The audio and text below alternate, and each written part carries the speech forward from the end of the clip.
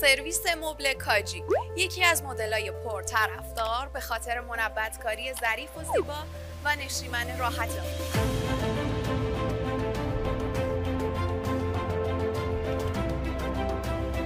این مدل که در سبک نئوکلاسیک حس خوب و جلوه خاصی به دکوراسیون منزل شما میده.